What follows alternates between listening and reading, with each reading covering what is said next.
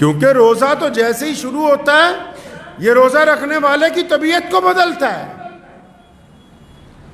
ان کے طریقے کو بدلتا ہے۔ تو پیارے نبی حضرت محمد رسول اللہ صلی اللہ علیہ وسلم سے اگر معلوم کریں یا رسول اللہ کون لوگ ہیں جو اس رمضان میں بھی، ایسے کون لوگ ہوں گے جو یہ روزہ رکھنے کے بعد بھی، ایسے کون ہیں جو رمضان کا مہینہ پانے کے بعد بھی، ایسے کون ہیں جو ان مقدس ساعتوں میں آ جانے کے بعد بھی پھر بھی اللہ ان سے راضی نہیں ہے، پھر بھی اللہ ان سے ناراض ہے، پھر بھی ان کی عبادت قبول نہیں ہے، ان کا روزہ قبول نہیں ہے اور ان کی عبادتیں نہیں اللہ تبارک و تعالیٰ مان رہا، ایسے کون لوگ ہیں؟ تو حدیث پاک میں آتا ہے ہاں ایسے بھی ہیں، 4 لوگ ایسے ہیں، 4 لوگ ہیں ایسے جن کی عبادت قبول نہیں ہوتی، مردوں میں بھی ہیں وہ عورتوں میں بھی ہیں۔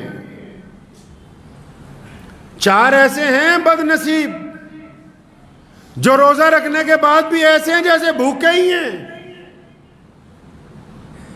ایسے 4 ہیں جن کی اللہ تبارک و تعالیٰ کو بھوکا رہنا بھی پسند نہیں آیا۔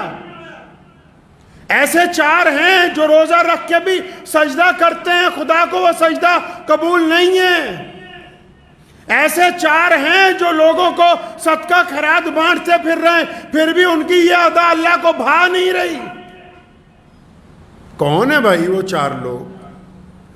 مردوں میں بھی ہیں، عورتوں میں بھی ہیں۔ ان 4 میں سے پہلے تلاش کر لیں کہیں اللہ معاف فرمائے کہ ہم میں سے کوئی شامل تو نہیں۔ اگر ہماری گنتی ان 4 لوگوں میں ہوتی ہے تو اس کا مطلب ابھی ہم خسارے میں ہیں، ابھی ہم نقصان میں ہیں، ابھی ہم پریشانی میں ہیں۔ کون ہے وہ 4 لوگ؟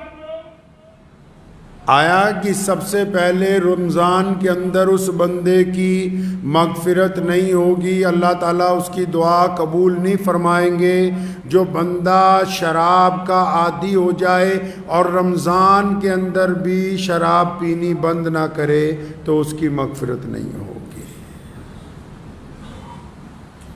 اب سارے کہنے گے شکر ہے بھائی ہم تو ان میں ہیں نہیں اکثریت، چلو ایک منزل تو پار ہوئی کہ وہ تو شرابی تو معاشرے میں بہت کم ہوتے ہیں۔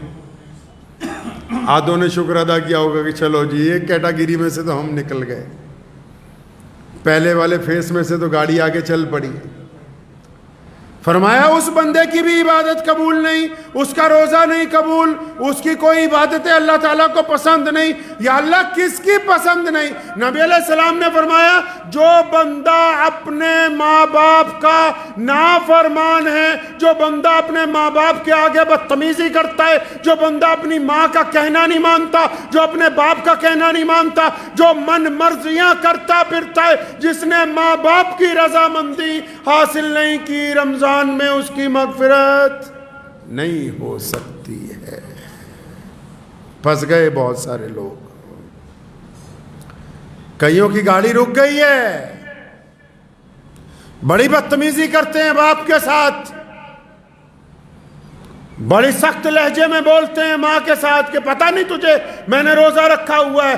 ایسے روزے کا کیا کرنا جو روزہ قبولیت جن سے ہونا ہے، جن کی وجہ سے روزہ قبول ہوگا، جن کے ادب کی وجہ سے روزہ قبول ہوگا، جن کے آگے نظریں جھکانے سے روزہ قبول ہوگا، جن کے پاؤں دبانے سے روزہ قبول ہوگا، تو ان سے بدتمیزی کرتا پھرتا ہے۔ ایسے بندے کی رمضان میں مغفرت نہیں ہو سکتی ہے۔ چنگے چنگے لوگ، اچھے اچھے لوگ جو باہر دنیا میں بڑے ولی بنے نظر آتے ہیں، ماں باپ کا احترام نہیں کرتے، اپنے ماں باپ کے پاؤں نہیں دباتے۔ ایک صاحب تھے بڑے معمولی سے دیندار، اور جو دعا کرتے تھے قبول ہو جاتی تھی، اور حالانکہ کئی گناہ بھی کرتے نے، تو بڑے حیران ہوئے امام صاحب، پوچھنے لگے تو کرتا ایسا کیا ہے؟ کہتا میں نے تو آج تک یہ دیکھا ہے جو بھی مانگا ہے وہ قبول ہو جاتا ہے. کہاں جا کے مانگتا ہے؟ تو نماز پڑھتا ہے نکل جاتا ہے, کوئی لمبی دعائیں نہیں مانگتا. کہتا روز رات کو جب گھر جاتا ہوں نا اپنے باپ کے اطمینان سے بہت دیر پاؤں دباتا ہوں, پھر اپنی ماں کے پیر دباتا ہوں, پھر ان کے دونوں پاؤں کو اپنی بازوؤں میں لپیٹ کے سر رکھ دیتا ہوں اللہ تعالیٰ کی حضور, اور پھر میں نے آج تک اپنے ماں باپ کے قدموں میں سر رکھ کے اپنے اللہ کے آگے جو کچھ مانگا ہے وہ عطا ہوا ہے, آج تک کوئی دعا رد نہیں ہوئی ہے. خود پیارے پیغمبر کہیے صلی اللہ علیہ وسلم نے فرمایا کہ اگر میری امی زندہ ہوتی اور بلال تکبیر کہتے میں نماز کے لیے چلا جاتا, مصلی پہ کھڑا ہو جاتا, اور فرمایا میری والدہ آواز مارتی محمد, تو فرمایا میں نماز چھوڑ کے اپنی ماں کے پاس جاتا. اب جو لوگ اس گناہ میں ملوث ہیں رمضان میں بھی, کتنا خوبصورت موقع ہے, کتنے پیارے دن ہیں, کتنی پیاری راتیں, کتنا پیارا ساتھ ہے.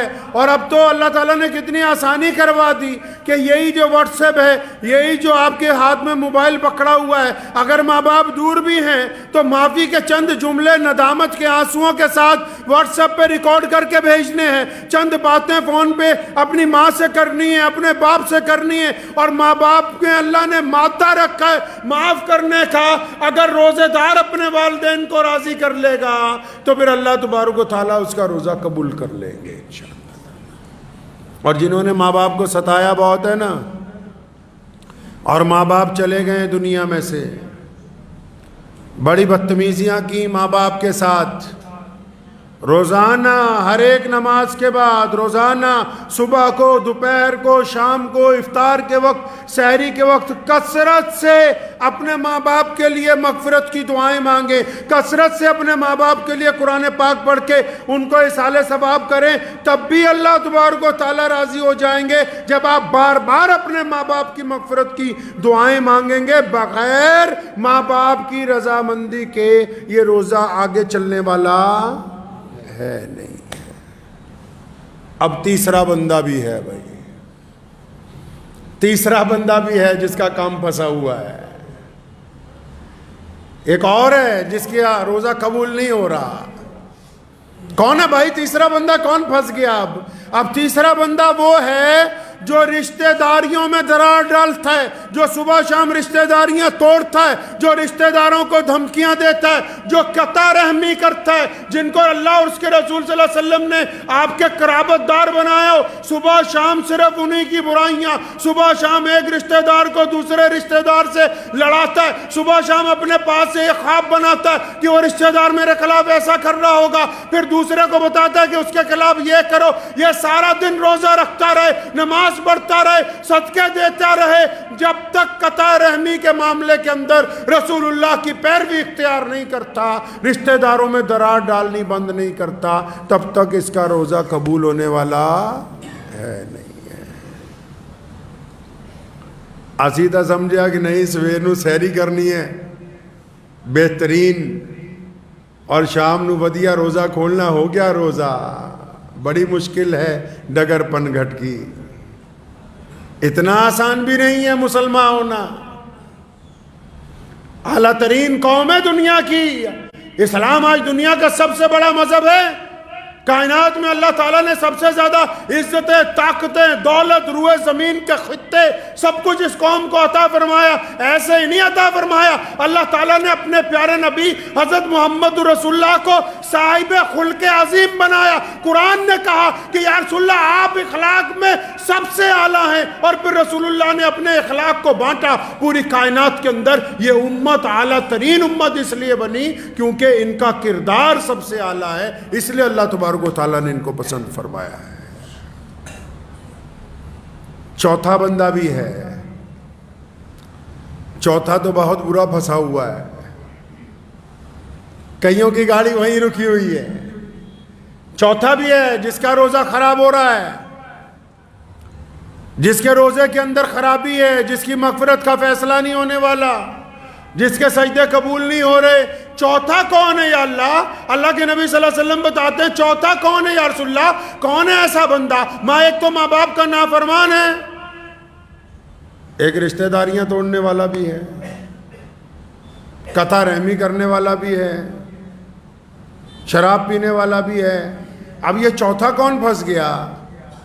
اچھے نمازی ہیں جو اس میں شامل ہیں۔ فرمایا چوتھا بندہ وہ ہے جو اپنے دل کے اندر دوسروں کے لیے بغض رکھتا ہے، نفرت رکھتا ہے، کینہ رکھتا ہے، دوسروں کے لیے بلا وجہ نفرت دل میں رکھتا ہے۔ اب یہ نفرت رکھ کے سجدہ کر رہا ہے۔ اگر میری جیب میں، عام مثال دے رہا ہوں میں، یہ کوئی قرآن حدیث میں نہیں ہے، اگر میری اوپر والی جیب میں پیسے ہوں، زیادہ سجدہ کروں گا گر جائیں گے۔ اگر اوپر والی جیب میں نعوذ باللہ کوئی نشے کی چیز ہو تو سجدہ کروں گا وہی گرے نا نیچے۔ کیا ہے اس دل کے اندر جو سجدہ کرتے ہو؟ فرمایا بغض رکھتے ہو دوسروں سے۔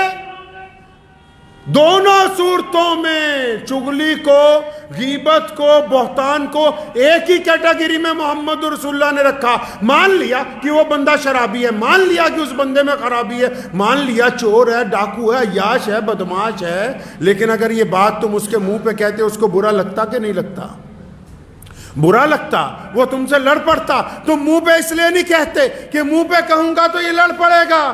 تو نبی علیہ السلام نے فرمایا کہ اگر یہ اپنے بھائی کی غیبت کرتا ہے، اس میں برائی ہے تو برائی کو بھی بیان کرنا فرمایا منع ہے، اور اگر اس میں برائی نہیں ہے، تم کہتے ہو کہ چور ہے، وہ چور نہیں ہے، تم کہتے ہو بے ایمان ہے، وہ بے ایمان نہیں ہے، تم کہتے ہو ریاکار ہے، وہ ریاکار نہیں ہے، تم کہتے ہو زانی ہے، وہ زانی نہیں ہے، اگر تم اپنے پاس سے بھی الزام لگاتے ہو، پہلی صورت میں غیبت ہے، اگر اس میں گناہ ہے تو غیبت کا گناہ، اور اگر اس میں وہ گناہ نہیں ہے تو بہتان کا گناہ۔ اب چغلیاں کرنے والے بھی خدا کی حضور بخشے جائیں گے کیا؟ اب بے ایمانیاں کرنے والے بھی روزے میں بخشے جائیں گے کیا؟ جن کے دل غیبت سے بھرے ہوئے ہوں، جو گھروں کے اندر اپنے گھروں میں اپنے بچوں کے ساتھ نفرت رکھتے ہوں، جو مسجد میں آتے ہوں پھر بھی پردھان کی جی کے چکر میں ایک دوسرے کی ٹانگ کھینچنے کی فکر میں رہتے ہوں، جو یہ سوچتے ہوں کہ فلاں کی خامی کیسے نکالیں، جو 24 گھنٹے اسی چکر میں، اب کسی گھر میں کوئی بہو ہے، کسی کی بیٹی بہو بن کے آ گئی، ہماری کہیں چلی گئی، ہم کہتے ہیں داماد اچھا ہو جائے لیکن ہمارا بیٹا اچھا نہ بنے اپنی بیوی کے لیے۔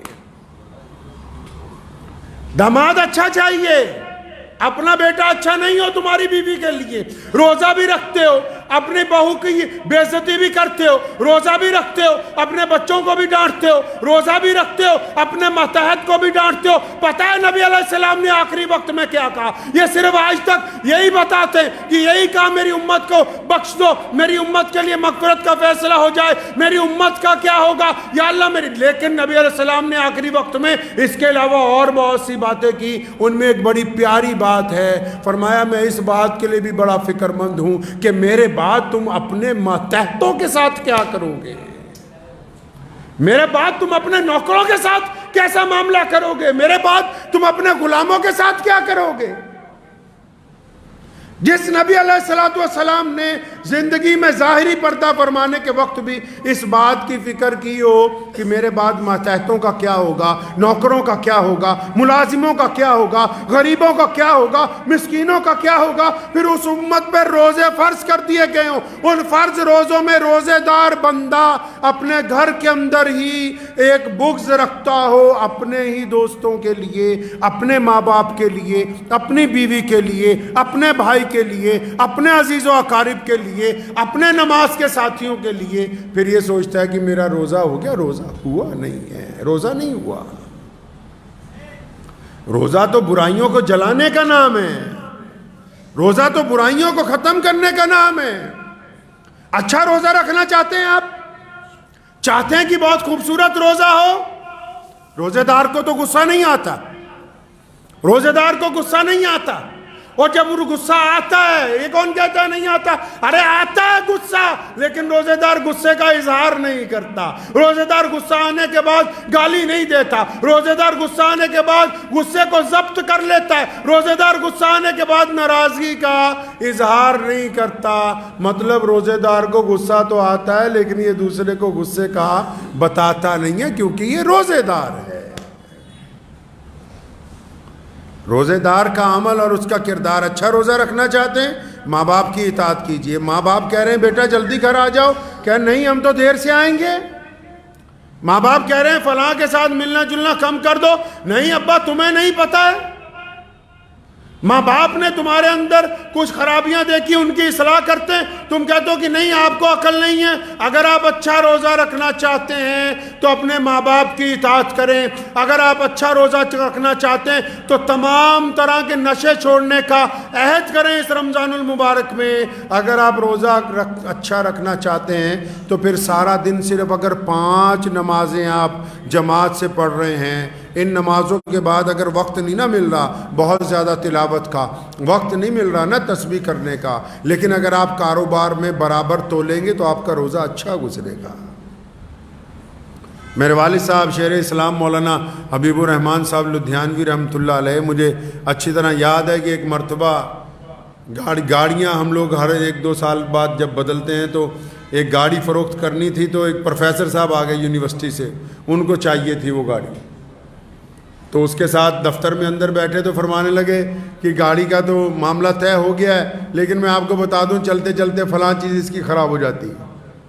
پھر تھوڑی دیر بعد کہنے لگے فلاں چیز اس کی بیٹری کی فلاں چیز خراب ہے تو وہ بھی رک سکتی ہے. تو 15 خرابیاں اس کو اپنی گاڑی کی. تو پروفیسر صاحب سردار جی تھے، ہنسنے لگے، کہنے مولانا صاحب گڈی بیچن نہیں بلایا کہ بجان نہیں بلایا تسی سانو. فرمایا نہیں، اس لیے بتا رہے ہیں تاکہ کل کو جب آپ یہ سامان لے جائیں گے اپنے گھر اور اس کی خرابیاں آشکار ہوں گی، یہ تو نہیں ہے کہ اس کی خرابیاں آپ کو پتہ نہیں لگیں گی. پھر آپ کہیں گے کہ ایک مسلمان نے جھوٹ بول دیا، ایک امام نے جھوٹ بول دیا. پیارا نبی حضرت محمد رسول اللہ صلی اللہ علیہ وسلم نے ہمیں یہ طریقہ عطا فرمایا ہے کہ ہم مجبوریوں کا کاروبار نہیں کرتے، ہم جھوٹ کا کاروبار نہیں کرتے، ہم بے ایمانی کا کاروبار نہیں کرتے، ہم ٹھگی کا کاروبار نہیں کرتے. ہم کم کھا لیں گے لیکن عزت کی روٹی کھائیں گے. بے ایمانی کا کاروبار نہیں کیا جا سکتا. رمضان کا روزہ اپنے روزے دار کو اسی بات کا پابند کرتا ہے. بار بار چیز میں کوئی خرابی ہے بتا دو، کیا ہو گیا، 2 روپے کم ملیں گے، لیکن ان 2 روپے میں اتنی طاقت ہے کہ اللہ تعالیٰ اس کو 200 کروڑ میں تبدیل کر سکتے ہیں. اس حلال کی روزی میں اتنی برکت ہے کہ اللہ تبارک و تعالیٰ اس کی بدولت دنیا کے خزانے آپ کے آگے کھول دیں گے اور آخرت کے بھی. روزے دار بے ایمان نہیں ہوتا، روزے دار کی آنکھیں زنا نہیں کرتی، روزے دار کے خیالات گناہ نہیں کرتے، روزے دار کا لب و لہجہ غصے کا نہیں ہوتا. لیکن آپ لوگ دیکھیں کہ مسجدوں میں بعض اوقات جب رمضان شریف میں بعض حضرات ہوتے ہیں دیندار لوگوں کے پیچھے پڑے ہوئے ہوتے ہیں، اور دیندار لوگ بھی کیونکہ نئے نئے دیندار بنتے ہیں تو ذرا سا کوئی اگر ٹھوکر مار دے فوراً کہیں گے نا بھائی میں تو اللہ کے لیے کر رہا تھا، تو چاہتا ہے تو آج سے نہیں کرتا میں. نبی علیہ السلام نے فرمایا دین کے معاملے میں اگر کوئی ملامت کرے آپ کو تو اس کو برداشت کرو، اپنا کام نہ چھوڑو. دنیا تو چاہتی ہے کہ آپ نیکی کے راستے سے ہٹ جائیں، دنیا چاہتی ہے کہ آپ اچھائی کے راستے سے ہٹ جائیں، لیکن اگر کوئی آپ کی برائی بھی کرے تو پوری طاقت کے ساتھ نیکی کی طرف آگے بڑھو. برائی کرنے والے پیچھے رہ جائیں گے، اللہ تعالیٰ آپ کو نیکی کی بدولت آگے لے کے جائیں گے انشاءاللہ تعالیٰ. اور لیکن جو لوگ روزہ رکھنے کے بعد غیبت کرتے ہیں، روزہ رکھنے کے بعد چغلی کرتے ہیں، روزہ رکھنے کے بعد کسی کی بیٹی کی طرف غلط نگاہ سے دیکھتے ہیں، روزہ رکھنے کے بعد ٹھگی کا پلان بناتے ہیں، روزہ رکھنے کے بعد بے ایمانی کرتے ہیں، روزہ رکھنے کے بعد گھروں میں اپنی بہنوں کو، بیٹیوں کو، بہوؤں کو تانے مارتے ہیں، روزہ رکھنے کے بعد گھر کی اگر عورتوں کو بھی کہتا ہوں، بیٹیوں کو بھی، بہنوں کو بھی، اور جنیاں مرضی تسبیحاں کرتے رہو، جب تک لوکاں دا دل دکھانا بند نہیں کرو گے کوئی تسبیح قبول نہیں ہوگی، کوئی تسبیح قبول نہیں ہے. دوسرے کے دل میں آگ لگانے کے بعد وَيْلٌ لِكُلِّ هُمَزَةٍ لُمَزَةٍ، فرمایا ویل اور تباہی ہے اس بندے کے لیے، اس عورت کے لیے، اس مرد کے لیے، اس بوڑھے کے لیے، اس بوڑھیا کے لیے، ان کے لیے تباہی ہے. کس کے لیے تباہی ہے یا اللہ؟ فرمایا جو دوسروں کے عیب ڈھونڈتے پھرتے ہیں پھر ان عیبوں کو آگے سپلائی کرتے. نار اللہ الموقدہ، اللہ فرماتے ہیں کہ خود ایک آگ جلائیں گے، اس میں ان کا رگڑا لگائیں گے ہم۔ روزہ رکھتے ہیں تو لوگوں کے دلوں کو تکلیف نہ پہنچائیں۔ اور نبی علیہ الصلوۃ والسلام کا روزہ کیسا ہوتا تھا، اس بات کو اب تلاش کر لیں۔ مجھے پتا ہے کہ آج بھارت کے مسلمانوں میں گھر گھر میں ہم لوگ مفتی بنے ہوئے ہیں، لیکن حضرت کبھی رمضان میں یہ بھی کوشش کر لیں کہ رسول اللہ صلی اللہ علیہ وسلم کس وقت اٹھتے تھے، کس وقت تسبیح پڑھتے تھے، کس وقت سحری کرتے تھے، سارا دن معمولات کیا تھے، پوچھو جا کے اپنی مسجد کا ائمہ کو، تاکہ پتہ لگے رمضان چلنا کیسے ہے، رمضان گزارنا کیسے ہے۔ ہماری افطاریاں دیکھ لیجئے، آپ افطاریاں دیکھ لیں ہماری۔ شام کو جب روزہ کھلنے کا وقت ہوگا، خدا کی قسم اتنا سامان ہماری افطاری میں ہوتا ہے، کوئی باہر کا آدمی دیکھ لے تو حیران رہ جائے کہ یہ کیا کرتے ہیں۔ بہترین قسم کے کھانے، بہترین قسم کے پکوڑے، طرح طرح کی حلوے، طرح طرح کی میٹھی کھیریں، طرح طرح کی کھجوریں، طرح طرح کے پھل، طرح طرح کے شربت، طرح طرح کی کولگیٹ اور طرح طرح کی کیا کہتے ہیں اس کو، کولڈ ڈرنک۔ ہمارے پیارے نبی صلی اللہ علیہ وسلم نے روزہ کیسے کھولا؟ جتنی تیزی سے نگاہ لگائی ہے نا دسترخوان پہ، جس بوٹی پر تمہاری نگاہ ہے اس وقت مومن بنو گے جب اس کو اٹھا کے اپنے بھائی کو دو گے، کیونکہ رسول اللہ نے فرمایا جو اپنے لیے بہتر سمجھتے ہو وہ اپنے بھائی کے لیے سمجھو، تب تمہارا ایمان کامل ہونے والا ہے۔ تو پیارے نبی علیہ الصلوۃ والسلام کے پاس افطاری کے وقت کیا ہے بھائی؟ سونے کول کی ہے افطاری دے ٹائم۔ نبی علیہ الصلوۃ والسلام نے افطاری کیسے کی ہے؟ بعض اوقات بہت زیادہ کھانے جب دسترخوان پہ دیکھتے ہیں تو کبھی اپنے پیارے نبی علیہ الصلوۃ والسلام کو بھی یاد کیا کریں۔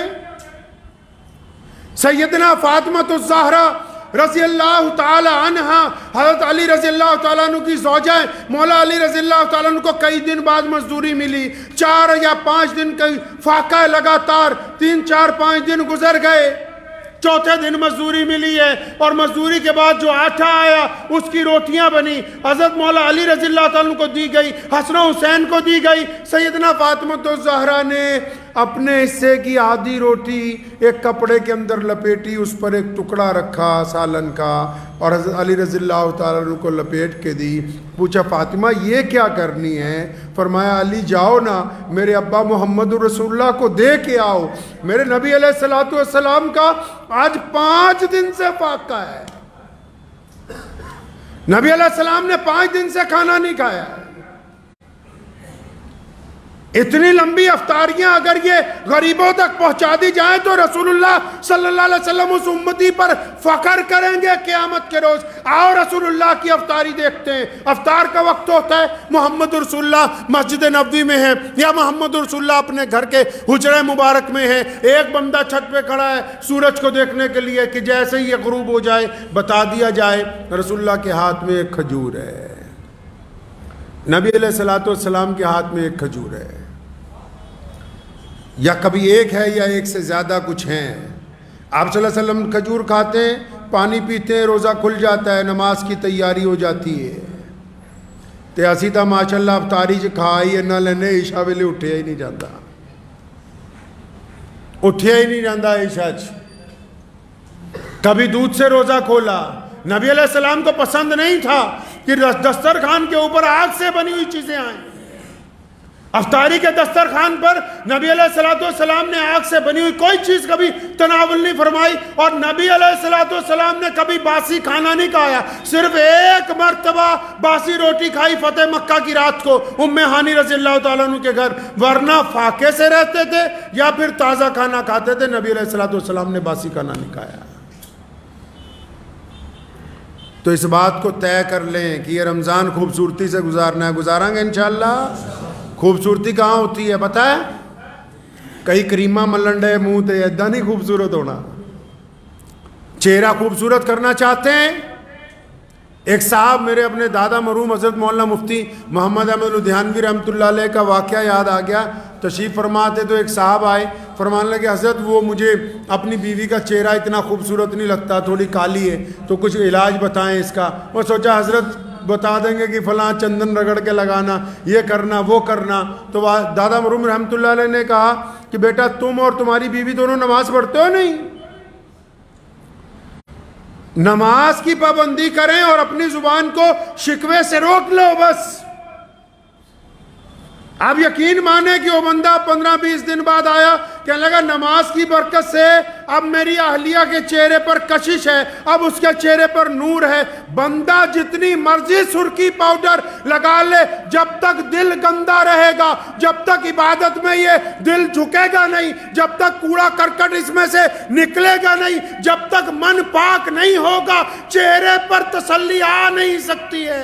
رنگ میں کچھ نہیں رکھا، اللہ تبارک و تعالیٰ نے دلوں کے نور چہروں کے اوپر عطا فرمائے۔ اس دل کو پاک کر لیجئے، چہرہ منور ہو جائے گا انشاءاللہ تعالی۔ تو یہ روزہ گزاریں گے انشاءاللہ اچھی طرح گزارنا ہے۔ دھیان رکھنا ہے ان لوگوں کا جو آس پاس غریب ہیں۔ ہم محمد رسول اللہ کی امت میں سے ہیں، ہم بانٹنے والے ہیں، مانگنے والے نہیں ہیں۔ رسول اللہ صلی اللہ علیہ وسلم نے بانٹنے کا حکم دیا، رمضان میں تو تیزی سے بانٹنے کا حکم دیا، اور صرف پیسے ہی نہیں بانٹنے، ہم نے خوشیاں بھی بانٹنی ہیں، ہم نے آنسو بھی پہنچنے ہیں، ہم نے غریبوں کا ساتھ بھی دینا ہے، ہم نے رسوا لوگوں کو عزت عطا کرنی ہے، اور ہم نے ناراضوں کے ساتھ مصافحہ کر کے ان کو گلے سے لگانا ہے۔ صرف پیسے ہی نہیں بلکہ چاروں طرف خوشیاں بھی بانٹنی، یہی رمضان المبارک ہم نے سکھانے کے لیے آیا ہے۔ تو دعا کیجئے انشاءاللہ تعالی۔ رمضان المبارک کے کچھ بہترین واقعات ذہن میں تھے نبی علیہ الصلوۃ والسلام کی سحری کے افطاری کے، تو انشاءاللہ تبارک و تعالی اللہ نے چاہا تو آئندہ جمعے وہ آپ سے بات ہوگی، اور میں امید کرتا ہوں کہ ہم سب مسلمان بھائی بہن اس رمضان میں پابندی کے ساتھ جب روزہ رکھیں گے، روزہ رکھنے کے بعد کسی کے دل کو تکلیف نہیں پہنچائیں گے، انشاءاللہ حلال روزی سے روزہ کھولیں گے، خود بھی کھائیں گے، دوسروں کو بھی کھلائیں گے، اور نماز تراویح کو اطمینان کے ساتھ ادا کریں گے، اور ہمارا رب جب ہم سے راضی ہو جائے گا تو امید ہے کہ جس طرح ہم دنیا میں ملتے ہیں انشاءاللہ تعالی جنت کے اندر بھی آپس میں ملاقات ہوتی رہے گی۔ وآخر دعوانا ان الحمدللہ رب العالمین۔